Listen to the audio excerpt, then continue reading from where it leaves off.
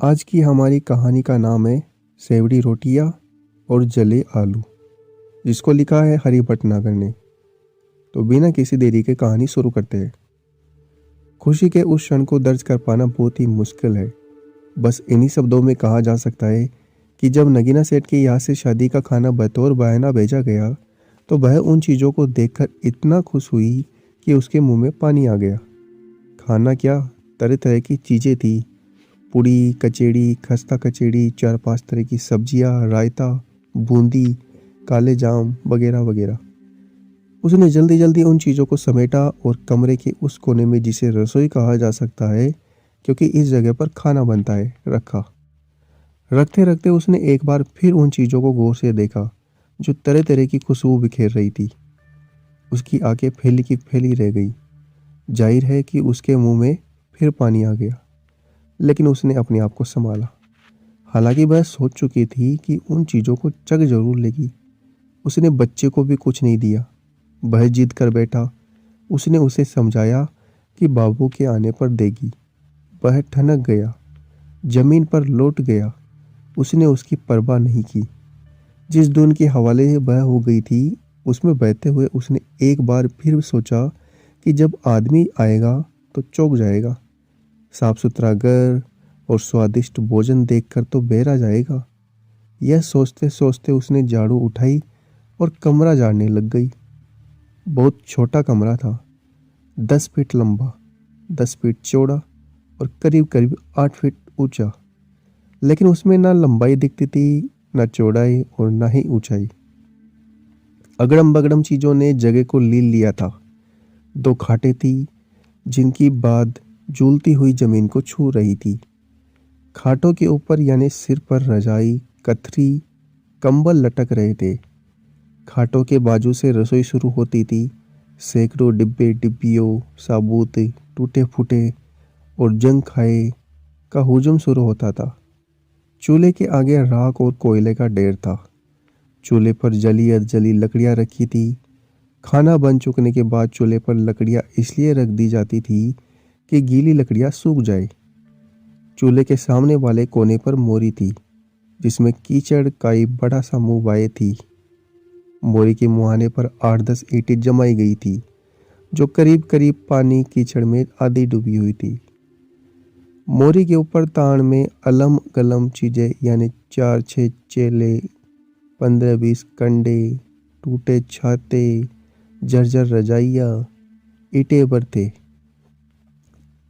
मोरी से थोड़ा हटकर खाट के सामने वाली दीवार पर देवी देवताओं और फिल्मी हीरो हीरोइनों के कैलेंडरों का रेला था।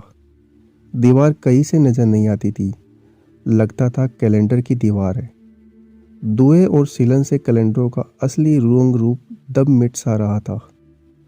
कैलेंडरों के बीच में एक आला था, तेल से चीकट होता हुआ। आले के कोर पर ही संग थी, जिसमें 20 जली अधजली अगरबत्तियां और उसकी सिंकें खुशी थी। आले में फ्रेम जड़ा शंकर भगवान का चित्र था, जिसे आधा कीड़े खा गए थे। आधा जो बचा था उसे पानी के छींटों, अगरबत्तियों के धुओं और चंदन रोली के छापों ने ढक लिया था।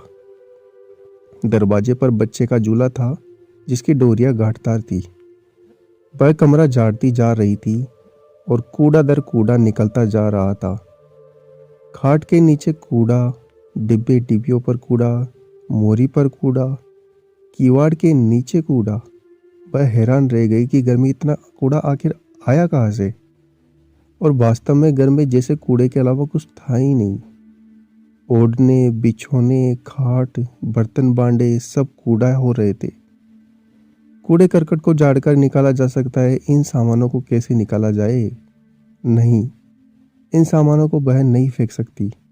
वे उसकी गृहस्थी है, 20 साल की जमा पूंजी। उन्हीं ने उसे जिलाए रखा। अब वह उन्हें फेंक क्यों दे? सब सामानों को वह झाड़ पोंछ कर जमाने लगी। खाटे उसने बाहर दोपहर में पटक दी। उन पर 20 लट जमाए। खटमलों का बड़ा सा कुनबा था, जो निकाले जाने पर खाट के नीचे मचलता सा नाराजगी जतला रहा था। खाल गालियां देते हुए उसने सबको पैर के अंगूठे से मसल डाला। गालियां देते हुए उसने सबको पैर के अंगूठे से मसल डाला और खाटों को फिर उन्हीं जगहों पर जमा दिया। रसोई के बर्तन बांडे और डिब्बे डिब्बियों को रगड़ रगड़ कर साफ किया। राख और कोयले हटाए, मोरी पर झाड़ू फेरी।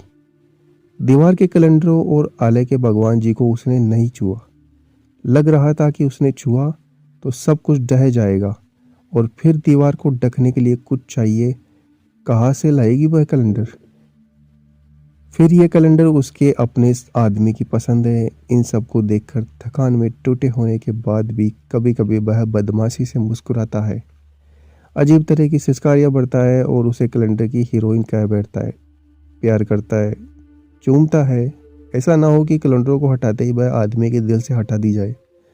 ऐसा सोचते ही वह घबरा गई, लेकिन कैलेंडरों को सही सलामत देखकर खुश हुई। उसने उनके आगे सिर नवा दिया। सिर नवाते नवाते जिस बात का ख्याल उसे आया वह था गोबर से घर लीपना। लीप देने से घर का हुलिया बदल जाएगा। यह सोचते ही वह घर से बाहर निकली और पड़ोस से गोबर ले आई और फुर्ती से फर्श लीपने लग गई। सफाई के बाद भी झिंगुर कीड़े थे जो उछल कूद लगा रहे थे। गोबर मिट्टी से गोबर मिट्टी से उसने कोने अंतरों के छेद और बिल बंद कर दिए, लेकिन झिंगुर कीड़े थे जो खाट और जहाँ जहाँ जगह मिल जाती थी समाते जा रहे थे। जैसे सामानों की तरह उनका भी वजूद घर से जुड़ा है, वे हटाए नहीं जा सकते। कीड़ों को उसने अंगुलियां चटकाकर उछीन हो जाने का श्राप दिया और मोरी पर आकर हाथ धोने लग गई। गोबर मिट्टी छूटते ही हाथ साफ निकल आए थे, उनमें चमक आ गई थी। उसने चूड़ियों में फंसी गोबर मिट्टी निकाली और कोनियों तक हाथ धोया। कोनियों को धोते धोते उसे यकायक गुदगुदी सी होने लगी। उसका आदमी जब उसे प्यार करता है तो वह कोनियों पर हाथ फेरता है। धीरे धीरे वह मुस्कुराती। आज वह आदमी को प्यार करेगी, उसकी कोनियों पर हाथ फेरेगी। यह सोचते ही उसकी आंखों के सामने आदमी की शक्ल तैर गई। आदमी प्रेस में कंपोजिटर है और बहुत ही दुबला पतला, हड्डियों का ढांचा। लगता है कि अंतहीन काम ने उसकी हड्डियों का मांस गला दिया हो और उसकी जगह थकान और टूटन भरी दी हो। हर वक्त वह निडाल रहता और उनिंदा। उसके सूखे और भावहीन चेहरे पर आंखें नींद से बोझिल और कीचड़ भरी होती, मानो प्रेस के काम ने उन्हें सोने और कीचड़ साफ न करने की सजा दे रखी हो। घर में वह हर वक्त खाट पर पड़ा रहता, मुंह बाए, खुली पलकों, राल टपकाता, सोता रहता। जागता तो उनिंदी आंखों अब पलक कई खोया रहता। यकायक उसे लगा कि आदमी आ गया, लेकिन सिर झटक कर सोचा कि नहीं, इस वक्त कैसे आ जाएगा? अभी तो संजा हो रही है। वह तो रात को, आधी रात को आता है। साइकिल खड़खड़ाता, घंटी टुनटुनाता। जाकर देखा तो पड़ोस का आदमी था। साइकिल लड़खड़ाता निकला था। सांझ होते होते उसने घर करीने से सजा दिया। जब उसने डिबरी जलाई तो बच्चे का ध्यान आया जो बाहर जमीन पर सो गया था। ध्यान आया कि उसने तो उसे कुछ खाने को नहीं दिया। यह सोचते ही वह भीग सी गई अंदर तक।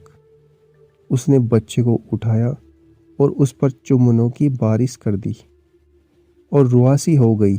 मन हुआ कि बच्चे को जगा दे और खाना खिलाए, लेकिन यह सोचकर रहने दिया कि बाप के आने पर जग आएगी तभी खा लेगा। अभी मुमकिन है कि जगने पर रोने लग जाए। उसने बच्चे को खाट पर लिटाया और बच्चे के ख्याल में डूबी डूबी बाहर ड्योढ़ी पर आकर बैठ गई। घर की साफ सफाई की उसे इंतहा खुशी थी। उस पर नगीना सेठ के घर से आया खाना। इस सोच से उसकी भूख जाग गई एकाएक। लगा पेट में आंतों ने करवट ली। खोलता पानी दौड़ गया। उसने तो सवेरे से कुछ खाया ही नहीं। पेट पर हाथ फेर, घुटनों पर हथेलियां टिकाकर वह उठी और बच्चे के पास आ खड़ी हुई। बच्चा उगारी घाट पर तेज तेज सांस लेता, मुंह बाए सो रहा था। चमड़ी उसकी गंदुमी और इतनी जीनी थी कि सीने की एक एक हड्डी गिनी जा सकती थी। सांस के साथ नीचे दबकर ऊपर हड्डियों से चमड़ी ऐसे टकराती कि लगता चमड़ी ना होकर बरसाती पन्नी हो। बच्चे की इस हुलिया से उसे कचोट हुई। अभी तक वह बच्चे से गाफिल क्यों रही? काफी देर तक वह खड़े खड़े वह बच्चे में डूबी रही। फिर बच्चे के बगल बैठ गई, फिर लेट गई। बच्चे के सिर पर हाथ फेरते फेरते खर्राटे बनने लगी। बाहर कुत्ते के भौंकने से उसकी नींद टूटी तो चक्कर उठ खड़ी। बाहर कुत्ते के भौंकने से उसकी नींद टूटी तो चेक कर उठ बैठी। रात गाढ़ी हो रही थी। कमरे में मच्छरों का हल्ला तेज हो गया था। एक पल को बाहर आ खड़ी हुई तो बहुत बड़ा चांद दिखा जो कांपता हुआ पेड़ों के ऊपर उठ रहा था और इतने करीब लग रहा था जैसे उसके घर में घुस आएगा। थोड़ी देर में साइकिल की घंटी टुनटुनाई, साइकिल खड़खड़ाई और उसका आदमी आ गया था। रोज की तरह मैं एकदम निडाल लग रहा था, जैसे साइकिल और दिन भर के काम ने उसका सत्व खींच लिया हो। इसके बाद भी वह उसे किसी तरह जूझता घर तक आ पहुंचा था। दीवार से साइकिल टिका वह झुके कंधों पल भर को खड़ा रहा, स्थिर सा, मानो साइकिल ने उसे थका दिया हो और अब वह उससे राहत पाया हो। गहरी सांस छोड़ता वह बढ़ा, अपने को घसीटता हुआ सा और चूल्हे के सामने आ बैठा और थकी उनिंदी आंखों खाने का इंतजार करने लगा, जैसे कह रहा हो कि जल्दी खाना दे, नहीं तो वह यही सो जाएगा। पत्नी ने हुलसते हुए जब थाली सजाकर दी तो उसने सूनी आंखों खाना देखा और सब कुछ अपनी लंबी हडेली उंगलियों से मीट डाला और सुस्त हाथ से बड़े बड़े कोर बनाकर धीरे धीरे खाने लगा। चपर चपर झपकते हुए लग रहा था कि हाथ में दम ही न आओ, जबरदस्ती मुंह तक ले जा रहा हो। पत्नी हैरत में पड़ गई, सोचा कुछ था और हो कुछ रहा था। उसके दिल में आग सी जलने लगी, लेकिन उसने जब्त किया। डिबरी की पीली रोशनी में आदमी को देखती जा रही थी जो लस्त सा खाने से जूझ रहा था।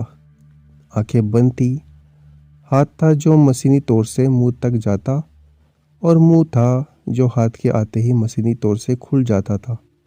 यह प्रक्रिया काफी देर तक चलती रही। जब हाथ को थाली में कुछ नहीं मिला तो उसने मुंह खोला और छत की ओर करके उसमें ढेर सा पानी डाला। इसके बाद उसने थाली में हाथ धोए, कुल्ला किया, पैजामे के पायचे से झुककर नाक पोंछी और लंबी डकार लेकर खाट पर किसी सूखी डाल की तरह गिर पड़ा और धीरे धीरे आंखें मीच ली। पत्नी का गुस्सा आसमान पर था। उसने उसे झंझोड़ डाला। सेठ नगीना की यहाँ से पकवान आए, तू कुछ बोला ही नहीं, चल गया जानवरों की तरह। आदमी चौंक कर कूनियों के बल उठता, आश्चर्य से बोला, सेठ नगीना के यहाँ से पकवान? जैसे उसे विश्वास ना आ रहा हो, फिर यकायक बोला, तूने दिए क्यों नहीं? पत्नी आंखें तरेर कर झुंझलाते हुए बोली, और तूने खाना क्या? पकवान ही तो थे।